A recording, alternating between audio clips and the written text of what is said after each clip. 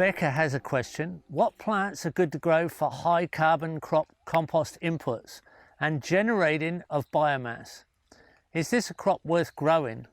Would picking up rotten wood from the ground and using wood chips make more sense than growing a carbon crop?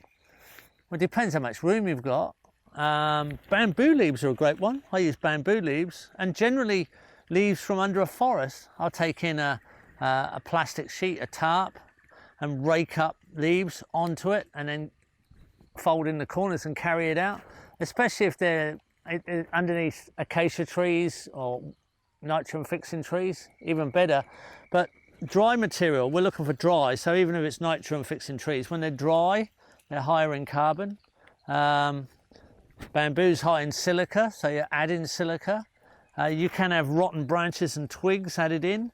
I'll be careful with wood chips because they're a bit big, and they might take a little bit longer to break down. Sawdust, fine.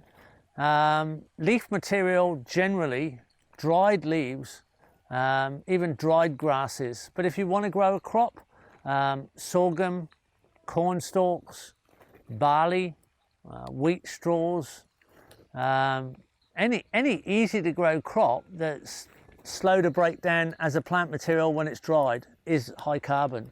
So there's an endless amount of stuff, but you need room to grow it, don't you? So a lot of time, if you're in a small area, you're better off going out into a woodland, into a park, into an area where there's leaf falls. If you're in America, just wait till autumn. Everyone bags up all their organic matter and puts it on the side of the road for you to pick it up. It's like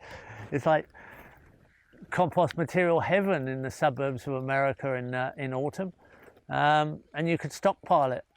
So it is the shredded high carbon material that is hardest to gather for compost because you need bulk, and there's not so many exact materials that are shredded.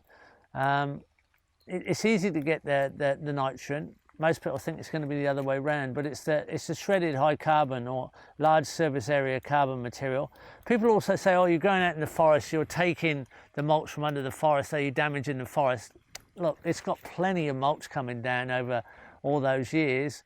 You can change your spots anyway. A little bit, it's the surplus material. Actually, it's our surplus material. I think the first return of surplus to the land that we need to create is a mulch return, a high carbon mulch return. So we need to be in surplus high carbon material. So we can work it out from our trees. You don't have to put a crop in, but you can, if you've got enough area, you can.